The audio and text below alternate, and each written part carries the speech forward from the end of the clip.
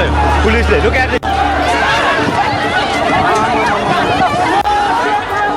यतिसम्मको लापरवाही गर्नुहुन्छ त है सरकारले। हान्यो यता भिड बिचलियो क्या केटाहरूले।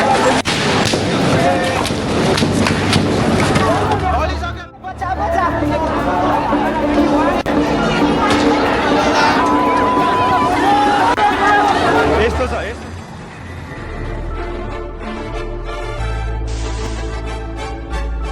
नेपो टीवी वाला जो ट्रेंड पूरी दुनिया में चल रहा था वो नेपाल भी आ गया।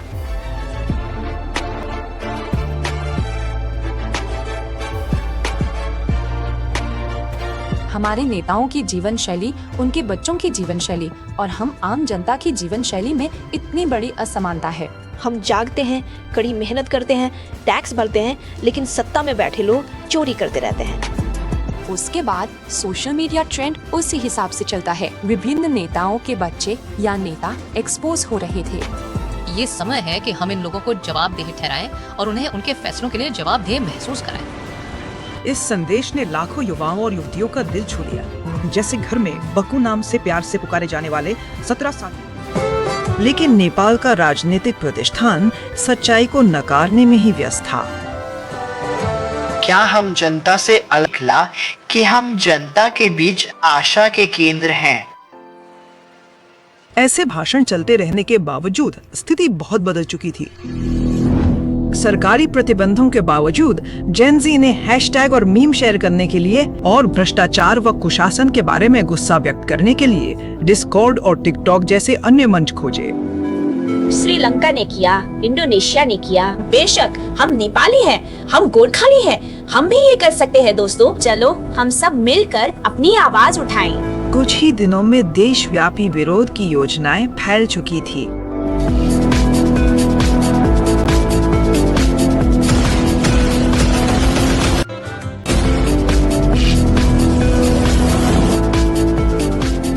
यूथ अगेंस्ट करप्शन नाम का डिस्कॉर्ड सर्वर समन्वय और चर्चा का मुख्य केंद्र बन गया। आयोजकों के बीच मुलाकात की जगह पर सहमति होती है। सुबह 9 बजे मैतीघर मंडला, काठमांडू।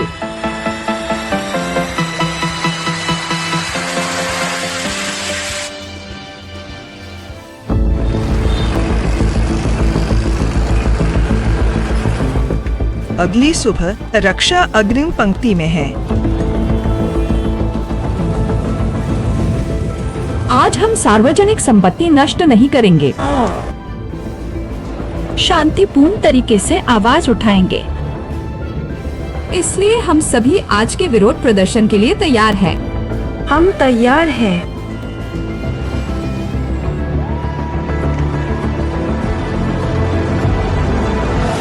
सुबह 10:30 के करीब भीड़ मदन भंडारी सड़क से पूर्व की ओर जाती है। सरकारी खुफिया एजेंसियों ने करीब 3000 प्रदर्शनकारियों के आने का अनुमान लगाया था, लेकिन दसियों हजार लोग पहुंच जाते हैं। केपी चोर देश छोड़ो, केपी चोर देश छोड़ो। इस विश्वास में कि वे सुरक्षित रहेंगे, कई स्कूल यूनिफॉर्म पहनकर आए हैं।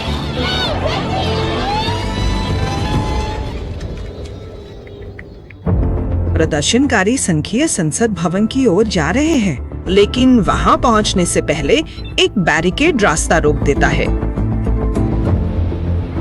लगभग 200 पुलिसकर्मी और हजारों प्रदर्शनकारी आमने सामने हैं। वहां का माहौल बदलने लगता है।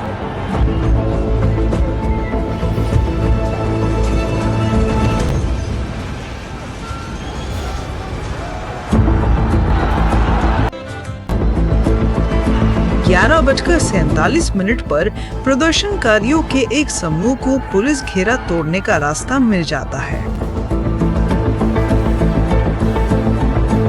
हक्का बक्का हुए पुलिसकर्मी बैरिकेड छोड़कर भाग जाते हैं।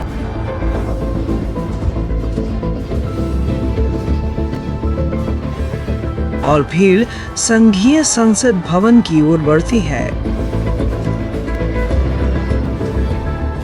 आयोजकों ने शांतिपूर्ण प्रदर्शन का आह्वान किया था, लेकिन प्रदर्शन अस्त व्यस्त हो जाता है। इसके बाद की त्रासदी को पत्रकारों और प्रदर्शनकारियों द्वारा खींचे गए 4000 से ज्यादा वीडियो और तस्वीरों में कैद किया गया है। हमने इस सबूत को इकट्ठा करने और विश्लेषण करने, साथ ही पुलिस से विशेष जानकारी प्राप्त करने में महीनों खर्च किए हैं। अब हम आपके सामने संसद गेट के सामने तेज भादों को ठीक क्या हुआ था, इस बारे में अब तक का सबसे विस्तृत विवरण प्रस्तुत करने में सक्षम है। 11:58 पर प्रदर्शनकारी और हथियारबंद पुलिसकर्मी आमने सामने होते हैं।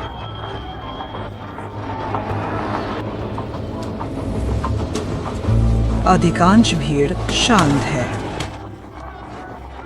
लेकिन अग्रिम पंक्ति में तनाव फैलकर हिंसा में बदल जाता है। कुछ प्रदर्शनकारी संसद के मुख्य गेट की छत पर चढ़ जाते हैं।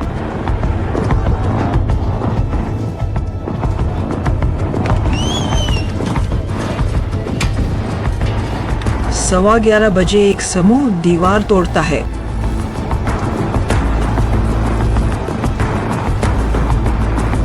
पुलिस उन्हें तुरंत पीछे धकेल देती है।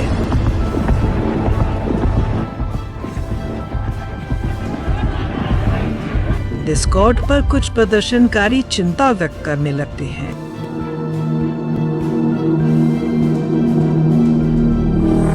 भीड़ में हम श्रीयम को देखते हैं। अपनी माँ के मना करने के बावजूद वे यहाँ आए हैं। मैं जाऊंगा और अब हम जेन ज़ी बच्चों की ड्रेस में जाएंगे। हमें माइनस को कोई हाथ भी नहीं लगाएगा।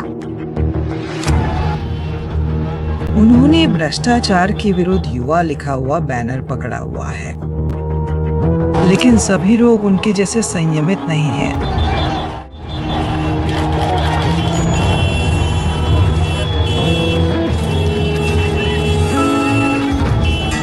साढ़े 12 बजे कर्फ्यू की घोषणा होती है।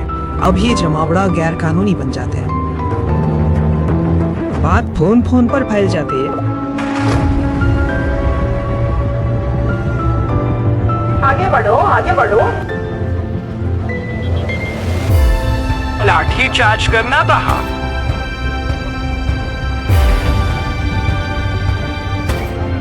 लेकिन कर्फ्यू की घोषणा से स्थिति और बिगड़ती हुई लगती है। पुलिस आंसू गैस और रबर की गोली चलाती है।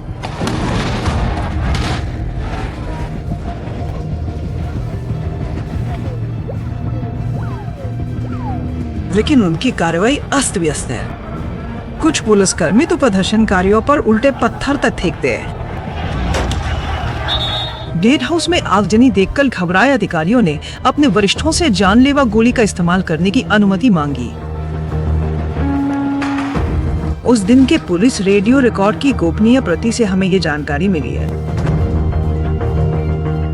रिकॉर्ड के अनुसार दोपहर 12:40 पर ही घातक बल प्रयोग करने की अनुमति दे दी गई थी। इसके साथ ही घटनाक्रम पलट जाता है। उसके बाद के 2 घंटों में कम से कम 6 प्रदर्शनकारियों को गोली लगती है। उनमें से 5 मर जाते हैं। अब हम घटनाक्रम को धीरे धीरे देखते हुए उन क्रूर हमलों का विस्तृत विवरण दिखाएंगे। पहला गोलीबारी संसद परिसर के कोने में होती है। पीड़ित 34 वर्षीय विनोद महाजन है। उस गोलीबारी के कोई वीडियो हमें नहीं मिले, लेकिन 1:15 बजे हम विनोद को सिर में गंभीर चोट लगने के बाद ले जाते हुए देखते हैं। बाद में अस्पताल में उनकी जान चली जाती है। गोलीबारी के बारे में खबर डिस्कॉर्ड पर तुरंत फैल जाती है।